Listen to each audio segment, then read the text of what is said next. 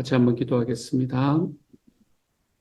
사랑하는 하나님, 제가 주님의 뒤를 따라 걸어갈 때마다 하나님께서 우리에게 은혜를 더하여 주셔서 하나님께서 우리를 붙드시고 우리를 사랑하신다는 증거들을 삶에 깊이 받아들일 수 있는 주님의 사람 되게 하여 주옵소서. 사랑하는 주님, 주님께서 내 옆에 계시다는 사실을, 하나님 내 옆에 계시는 주님께서 능력이 있으시다는 사실을 하나님이여 기억하며 살아가 볼 수 있도록 도와주셔서 삶의 어떤 문제 속에서도 흔들리지 않고 낙담하지 않고 하나님 앞에 아뢰면서 기도하며 걸어가는 하나님의 사람들이 되도록 주여 도우시고 함께하여 주옵소서. 사랑하는 하나님, 버가모 교회에 관한 이야기를 함께 듣습니다. 하나님 교회에 주신 주님의 말씀이 지금 오늘 우리에게 주시는 말씀이 되도록 하나님께서 도와주옵소서. 예수님 이름으로 기도드립니다. 아멘. 하나님이 우리에게 주시는 말씀은 요한계시록 2장 12절부터 17절까지의 말씀입니다. 요한계시록 2장 12절부터 17절까지의 말씀. 우리 같은 목소리를 함께 읽도록 하겠습니다. 함께 읽습니다. 시작. 버가모 교회의 사자에게 편지하라. 좌우에 날선 검을 가지신 이가 이르시되 내가 어디에 사는지를 내가 아노니 거기는 사탄의 권좌가 있는데라. 내가 내 이름을 굳게 잡아서 내 충성된 증인 안디바가 너희 가운데 곧 사탄이 사는 곳에서 죽임을 당할 때에도 나를 믿는 믿음을 저버리지 아니하였도다. 그러나 내게 두어 가지 책망할 것이 있나니 거기 내게 발람의 교훈을 지키는 자들이 있도다. 발람이 발락을 가르쳐 이스라엘 자손 앞에 걸림돌을 놓아 우상의 제물을 먹게 하였고 또 행음하게 하였느니라. 이와 같이 내게도 니골라당의 교훈을 지키는 자들이 있도다. 그러므로 회개하라. 그리하지 아니하면 내가 내게 속히 가서 내 입의 검으로 그들과 싸우리라. 귀 있는 자는 성령이 교회들에게 하시는 말씀을 들을지어다. 이기는 그에게는 내가 감추었던 만나를 주고 또 흰 돌을 줄 터인데 그 돌 위에 새 이름을 기록한 것이 있나니 받는 자 밖에는 그 이름을 알 사람이 없느니라. 아멘. 버가모 교회의 사자에게 이야기를 합니다. 어제의 말씀에서 우리는 두 교회, 에베소 교회와 서머나 교회에 예수님께서 하셨던 말씀을 이야기를 함께 나누었습니다. 그 중에서 에베소 교회에 하나님께서 하셨던 말씀, 예수님께서 하셨던 말씀을 중심으로 우리는 말씀을 좀 나누어 보았었지요. 이제 세 번째 교회입니다. 이제 그때 소아시아에 있는 7교회에 편지를 하는데 그 중에서 세 번째 교회, 오늘은 버가모 교회라는 곳에 편지를 하고 있는 것을 보여줍니다. 그래서 버가모 교회 사자에게 편지하라 하고 난 다음에는 좌우에 날선 검을 가지신 이가 이르시되 라고 이야기합니다. 좌우에 날선 검 하면 무엇이 생각이 나십니까? 히브리서 4장 12절의 말씀이 생각이 나지 않습니까? 그렇죠? 하나님의 말씀은 좌우에 날선 검과 같다라고 이야기하는 그 말씀이 생각이 나지 않습니까? 물론 이 좌우에 날선 검이라는 것이 이 칼로 세상을 심판하는 하나님의 무기로 사용이 될 수도 있겠지만, 물론 어차피 같은 이야기일 수도 있겠지만, 하여간 어쨌든 이것은 물리적인 검을 이야기한다기보다는 오히려 하나님의 말씀의 검을 이야기한다라고 이야기하는 게 훨씬 더 좋아 보입니다. 그래서 좌우의 날선검, 좌우의 말씀의 날선검으로 우리의 영과 혼과 그리고 심령과 골수를 찔러 쪼개기까지 하는 바로 그분께서 말씀하신다라고 이야기를 하고 있네요. 예수님이 어떤 분이신가라는 것에 대한 첫 번째 이야기입니다. 어제 우리 이미 패턴을 이야기했잖아요. 그 패턴대로 계속해서 반복되면서 나올 겁니다. 처음에는 예수님이 어떤 분이신가라는 이야기를 먼저 전합니다. 어제의 말씀에서 특별히 에베소 교회에서는 예수님께서는 7별을 손에 쥐시고 7금촛대 사이로 거니시는 분이시다라고 이야기가 되지 않았습니까? 그거하고 비슷한 그것과 이렇게 서로 같은 자리에 쓰이는 것이 오늘은 좌우에 날선검을 가지시니라 이가 이르시되라고 이야기합니다. 하나님의 말씀은 우리의 삶을 찔러 쪼개기까지 하는 능력 있는 말씀입니다. 말씀 앞에서 우리는 그 말씀이 물론 우리에게 주는 감동을 누리고 그 말씀이 우리에게 주는 은혜를 누리는 것도 맞지만 말씀의 기본적인 특질은 뭔가 하면 우리의 삶을 변화시키는 삶의 방향이다라고 이야기할 수 있습니다. 그래서 예수님께서 제자들이 이제 예수님께서 가르치는 교훈에 관해서 사람들이 처음에는 막 환호하고 돌아오다가 예수님께로 나아오다가 이제 예수님의 말씀하시는 것들이 자기의 삶을 자꾸 건드리기 시작을 하거든요. 그러니까 불편해지는 겁니다. 그렇게 불편해지니까 예수님을 하나씩 떠나가는 순간이 있었습니다. 그렇게 예수님을 떠나가는 순간에 예수님께서도 제자들을 향해서 뭐라고 이야기하시냐면 너희도 나를 떠나야 하느냐라고 이야기를 하는 말씀을 우리가 성경에서 봅니다. 그랬더니 너희도 나를 떠나려 하느냐라는 그 말씀에 생명의 말씀이 여기 계신데 우리가 어디로 가겠습니까? 라고 이야기하는 제자들의 모습을 우리가 볼 수 있죠. 거기서 예수님께서 예수님과 제자들 사이에 그리고 예수님께서는 그때 당시에 살아가던 사람들 사이에 스캔들이 되셨다라고 이야기를 합니다. 이게 헬라어로는 스칸달론이 되었다라고 이야기를 하는데 스캔들이 되었다라는 말은 뭔가 하면 그들의 삶 속에서 그냥 넘어갈 수 없는 걸려 넘어지는 돌이 되었다는 거예요. 걸려서 넘어지게 만드는 돌. 자기의 삶에서 그냥 모르고 지나갔으면 별 문제가 없을 일들인데 주님께서 밝혀주시니까 자기를 바라보게 되고 자기를 바라보니까 내가 이런 사람이었구나 라는 걸 깨닫게 돼요. 그렇게 깨달은 것들이 있으니까 하나님 앞에 변화해야 되는 삶을 살아가게 만드는 게 예수님의 말씀이다라는 거예요. 그래서 예수님의 말씀을 당시에는 스칸달론이다. 걸려 넘어지게 만드는 돌이다 라고 이야기를 하곤 했었었지. 우리의 삶에서도 사실 마찬가지입니다. 주님의 말씀은 우리에게 감동을 주고 또한 주님의 말씀은 우리에게 위로를 주고 평안도 주기도 하지만 기본적으로 하나님의 말씀이 하시는 일은 우리의 삶에 유익하게 되는 것. 유익하게 된다는 것은 내가 삶 속에서 변화할 수 있는 길을 걸어갈 때 우리는 유익하게 되는 거니까요. 그래서 하나님께서 우리에게 주시는 이 말씀은 내 삶을 찔러 쪼개기까지 하는 능력이 있으신 말씀입니다.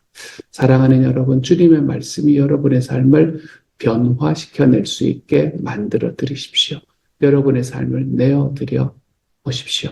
하나님의 말씀을 감동을 넘어서서 삶의 변화를 일으키는 통로로 삼아 가십시오. 주님의 말씀은 살았고 운동력이 있어 우리의 삶에 있는 어떤 것들도 다 깨닫게 만드시고 그리고 그 안에서 우리의 삶에 필요한 부분들을 다 찔러 쪼개시는 것이 주님의 말씀이다. 좌우의 날성검과 같은 것이다 라는 걸 기억하시고 주님의 말씀을 조차 우리의 삶이 변화되는 것이 하나도 어렵지 않도록 주님의 말씀이 내 삶의 스캔들로 나를 걸려 넘어지게 만드는 돌로 다가온다 하더라도 그것이 나의 삶의 변화를 일으키는 이 도구가 된다면 내가 그 앞에 서는 것을 두려워하지 않을 수 있는 하나님의 사람들이 되어갈 수 있기를 소망합니다. 주님의 말씀, 예수님께서는 이 말씀, 좌우의 날성검과 같은 말씀을 가지신 분이다 라고 이야기를 하고 있고요. 그리고 난 다음에 그분이 어떻게 말하고 있나 하면 13절입니다. 먼저는 잘한 것을 이야기한다 그랬잖아요. 그렇죠? 내가 어디에 사는지를 내가 아노니 거기는 사탄의 권좌가 있는 데라. 내가 내 이름을 굳게 잡아서 내 충성된 증인 안디바가 너희 가운데 곧 사탄이 사는 곳에서 죽임을 당할 때에도 나를 믿는 믿음을 저버리지 아니하였도다 라고 이야기합니다. 여기서 사탄의 권좌라고 이야기하기 때문에 아마도 이것은 영적인 어떤 세계를 이야기를 할 것이다 라고 생각을 할 수 있겠지만 여기서 사탄의 권좌라고 이야기할 때 계시록에서 사탄을 이야기할 때에 가장 먼저 여러분이 생각을 하시면 되는 건 뭔가 하면 첫날 말씀드렸듯이 황제다라고 생각을 하시면 됩니다. 당시의 로마의 황제다.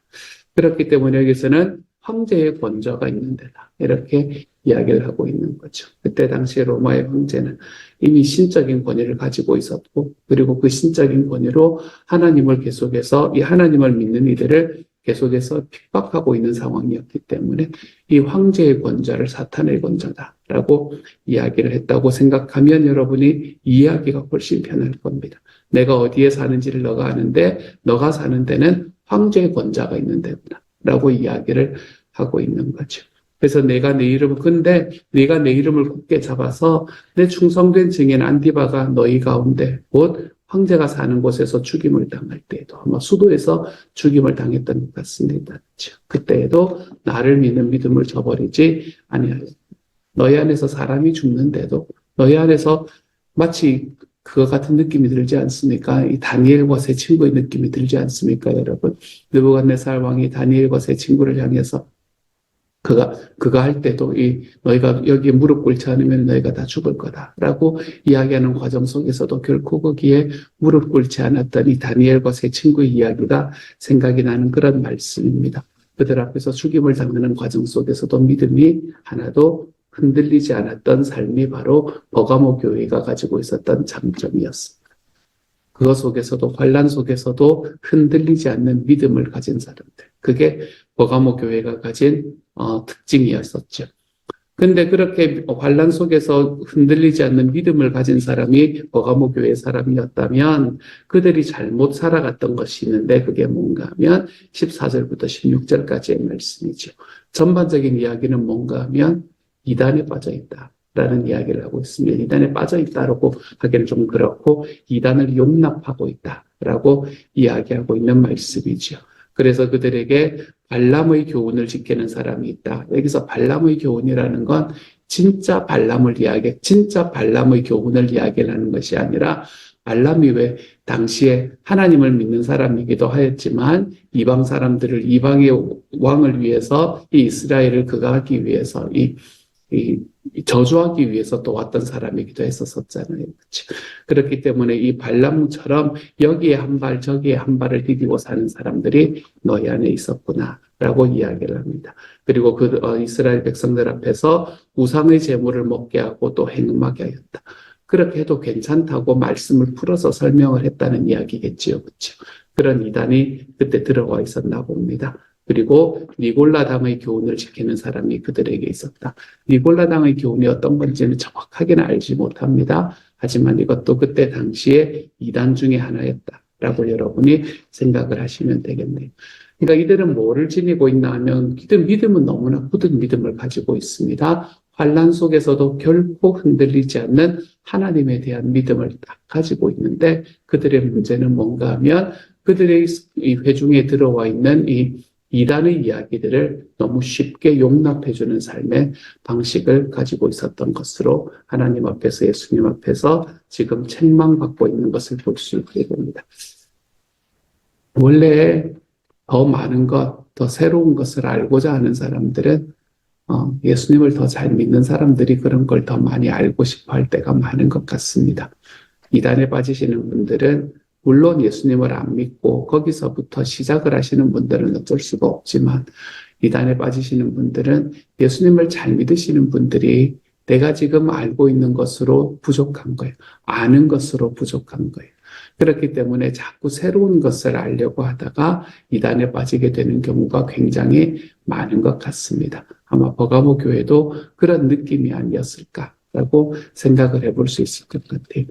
하나님의 말씀을 이야기할 때 여기서 우리가 한 가지 기억할 수 있는 것은 하나님의 말씀을 이야기할 때 우리는 그 말씀을 깨닫는 것이다 라고 생각을 하는데 맞는 이야기입니다, 여러분.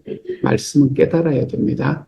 근데 거기서 끝나서는 안 된다라는 것을 우리는 자주 잊어버리고 사는 것 같아요.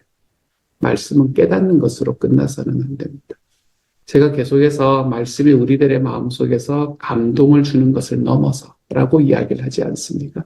말씀은 우리의 삶에 감동을 줍니다. 그 말씀은 우리들의 삶 속에서 하나님께서 무엇을 이야기하시는 것인지를 보여주는 거기 때문에 지혜도 주고 감동도 주고 위로도 주고 평안도 줍니다. 말씀은 우리에게 그 모든 것을 다 주지요. 하지만 말씀이 가지고 있는 가장 기본적인 핵심은 뭔가 하면 말씀은 여러분의 삶을 건드리고 싶어 합니다. 말씀은 우리가 하나님 앞에 변화되기를 원합니다. 그러므로 말씀은 우리에게 내 머리를 변화시키기를 원하지를 않습니다. 내가 무언가를 깨달은 것으로 끝나는 것을 말씀은 우리에게 이야기하지 않습니다. 아, 이게 이런 말씀이었구나 라는 걸 알면 그 다음에 있는 이야기는 뭐여야 되나 하면, 이런 말씀이었으니 나는 이렇게 한번 살아봐야 되겠구나. 이것이어야 합니다. 근데 많은 경우에, 이거는 이런 말씀이었다고, 그 다음에는 뭐를 이야기를 하냐 하면, 그러면 또 다른 무언가는 없나? 이런 생각을 자꾸 하게 되는 것 같아요. 그러면서 우리는 또 다른 무언가를, 또 다른 새로운 것을 우리는 계속해서 찾아 나가다가 이단으로 빠져들어가는 경우를 우리 주변에서 보게 되는 것 같습니다. 통일교에서 이야기하고 또 JMS가 이야기하는 30개론 이런 곳에서 이야기하는 아담과 하와가 선악과를 따먹었다는 것의 의미, 이런 것들이 이제 이야기를 하거든요. 그 안에 이 마귀가 그때 이제 뱀이 유혹하는, 성적으로 유혹하는 것을 통해서 이런 어떤 자손이 나고, 이런 이야기들로 그거를 풀어서 설명을 합니다. 그럴듯해 보이거든요. 그리고 이전에 교회에서는 듣지 못했던 너무나 새로운 이야기들이거든요. 내가 그 말씀을 알았어요. 내가 이 말씀이 이런 뜻이구나라는 게 내 마음에 깨달아졌어요.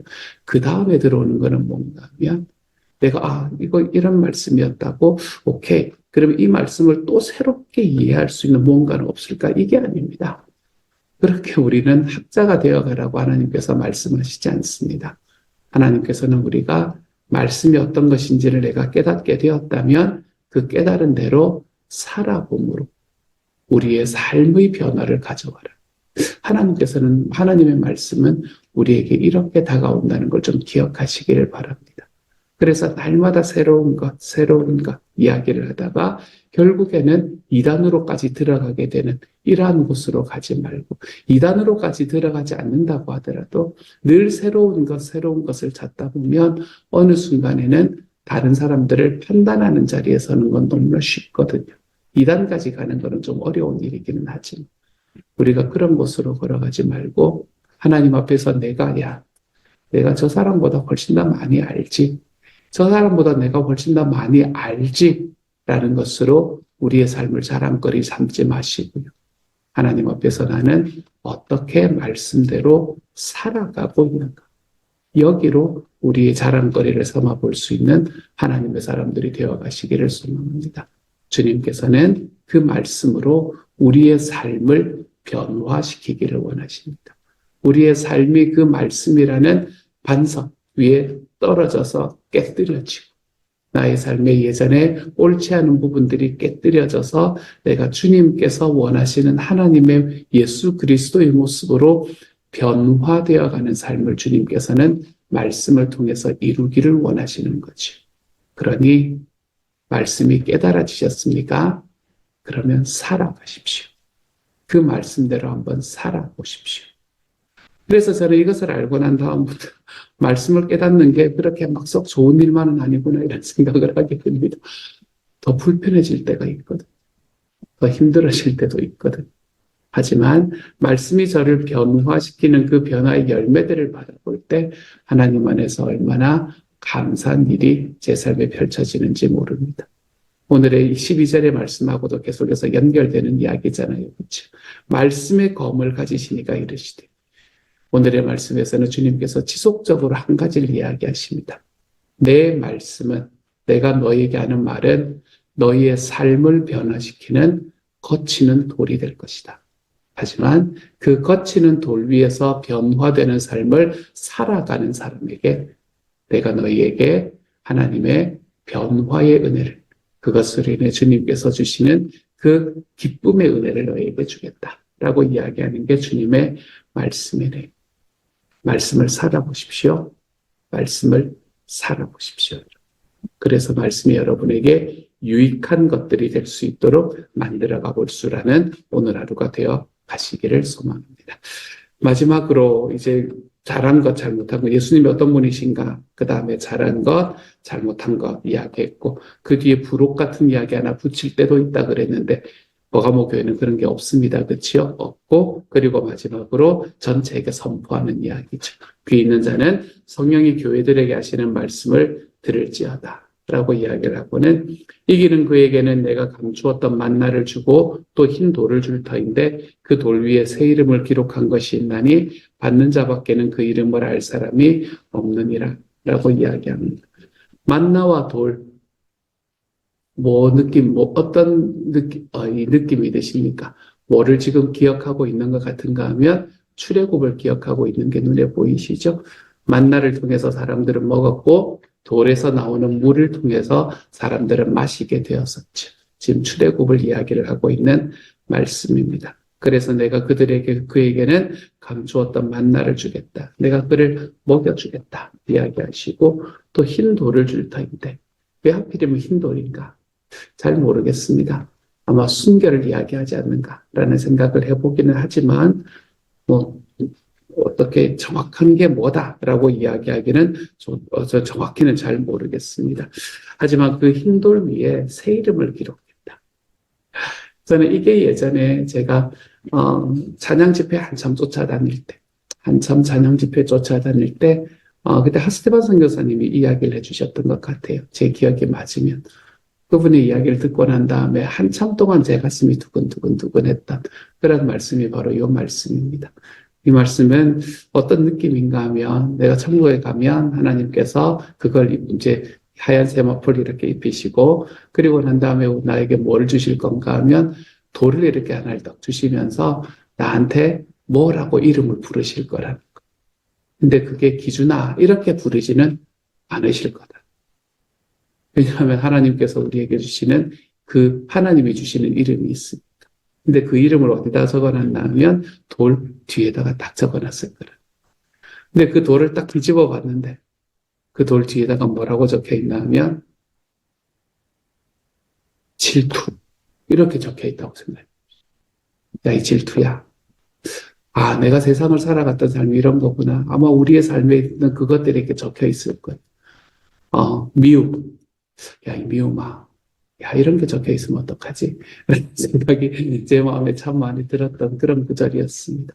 하나님께서 나에게 주시는 하얀 돌, 그 위에 새로운 이름을 딱 기록해 놓았을 것인데, 그 이름 위에 사랑. 야, 그 이름 위에 용서. 여러분, 이런 게 이렇게 적혀 있으면 얼마나 행복할까요?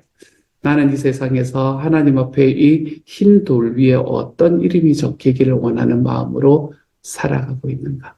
이것을 주님 앞에 좀 기억하고 걸어가십시오. 아마 그런 메시지였던 것 같아요. 하도 오래돼서 제가 정확하게 기억은 나지 않죠. 좀 각색됐을 수도 있습니다. 하지만 그 메시지가 저에게는 너무너무 크게 다가왔습니다.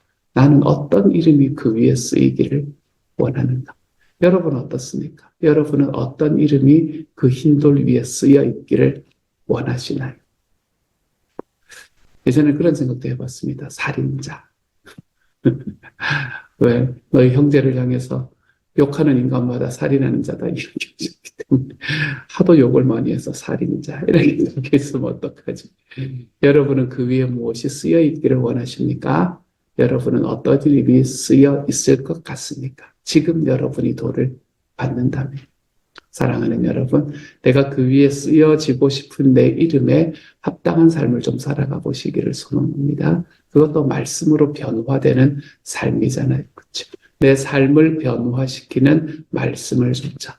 내가 그 위에 어떤 이름이 쓰여질까? 나의 새 이름이 무엇일까? 그것을 좀 기대해 보면서 우리 하나님 앞에서 그 이름에 합당한 삶을 좀 살아가 볼 줄 아는 오늘 하루가 되어 가시기를 우리 주님 이름으로 축복합니다. 같이 한번 기도하도록 하죠. 사랑하는 하나님, 하나님께서 은혜를 더하여 주셔서 감사합니다. 주님, 버가모 교회에 주시는 교훈은 말씀에 대한 교훈이었습니다. 좌우의 날성검보다 예리한 그 말씀이 내 삶을 찔러 쪼갤 때에 불편하지만 그것이 나에게 마치 걸려서 넘어지는 것 같은 스칸달론, 이 스캔들 같은 것입니다. 주님, 내가 그 삶을 그 말씀 속에서 우리의 삶이 변화된다는 것을 기억할 수 있게 하여 주십시오. 그래서 말씀을 깨닫는 사람이 아니라 말씀을 깨닫고 그 깨달은 대로 살아가 보는 사람이 될 수 있도록 하나님께서 도와주십시오. 이 말씀은 어떻게 이해해야 되는가? 이 말씀은 어떻게 내가 알아야 되는가? 하나님, 이것에 우리의 마음을 너무 많이 뺏기지 말게 하시고 안 것이 있고 깨달은 것이 있으면 살아가 보는 데서부터 시작할 수 있도록 주님께서 도우시고 함께하여 주옵소서. 하나님, 그렇게 우리가 말씀대로 살아가는 걸 통해서 주님이여, 내가 주님 앞에 섰을 때 하나님께서 나에게 주시는 그 하얀 돌 위에 나는 어떤 이름을 쓰여지는 사람이 될까? 주님 그것을 생각해보고, 그려보고, 또 가슴 두근대고, 나는 어떤 이름이 쓰여지기를 원하는가? 그럼 나는 말씀대로 어떻게 살아가 보기를 원하는가? 주님이여, 이런 이야기들이 우리의 삶 속에서 좀 생각되고 또 그려지는 오늘 하루가 될 수 있도록 주여 도와주셔서 말씀이 우리의 머리를 변화시키는 것을 넘어서 우리의 삶을 변화시키는 오늘 하루가 될 수 있도록 주여 도와주옵소서. 말씀대로 살아가 보게 하옵소서. 모든 말씀 우리 주님 예수님 이름으로 기도드립니다. 아멘.